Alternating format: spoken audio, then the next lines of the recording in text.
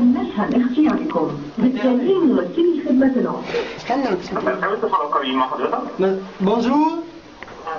C'est nous, Bonjour, vous parlez le français? Do you speak English? Non, je parle le français. I can't speak French. Pardon, je parle le français seulement, mais j'ai un traducteur automatique. إنه يريد التحدث بالفرنسية، ولكني أنا المترجم الآلي سأتحدث بالعربية. أهلا وسهلا بحضرتك. On veut la تستمر معي مكالمة؟ Pardon? نعم. عايز تستمر معي مكالمة؟ نعم، أنا الذي سأستمر معك. أتشرف باسم حضرتك؟ Fernandez de Cadieux. الفرمونديز دو مارديو. عفوا؟ الفرمونديز. صحيح توضيح أكثر؟ لو حضرتك بتتحدث اللغة الإنجليزية أنا ممكن أتابع مع حضرتك باللغة الإنجليزية. Can you speak English؟ أنا مترجم آلي فرنسي عربي فقط. أنا أستطيع التحدث بالعربية. أتشرف باسم حضرتك؟ فرينديز. أهلا بحضرتك أستاذ فرنسي. حضرتك بخصوص الرقم حضرتك بتكلمني منه ولا رقم آخر؟ Non, un autre nombre. C'est à cause de la service de l'Inquisition.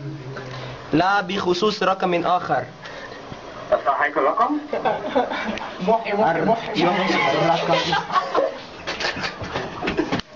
الرقم يقول لك النمبر 011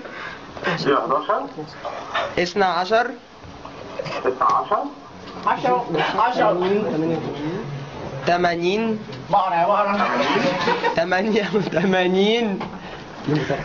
جيت الشخص اللي كان بيتكلم باللغه الفرنساوي سامع صوته بيتكلم باللغه العربيه في الوقت الحالي.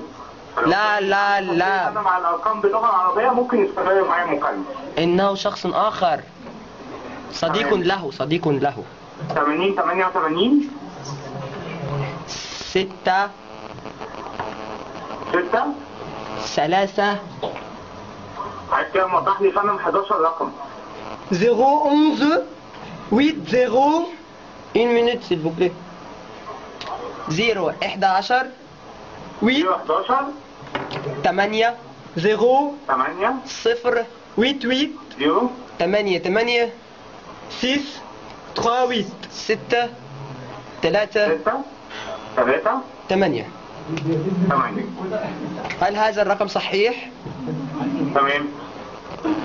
On veut يعني ايه تحديد يا فندم؟ la service de l'Inquisition.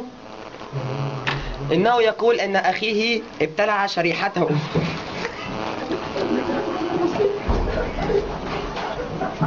انا مع حضرتك استاذ انجليزي اتفضل. Il demande la personne, j'en ai rien.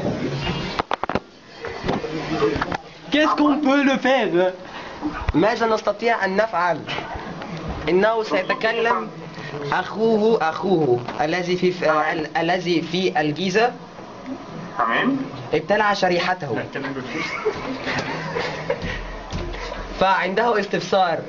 عندما يتكلم سينفذ رصيده. عفوا غير موجود في الخدمة.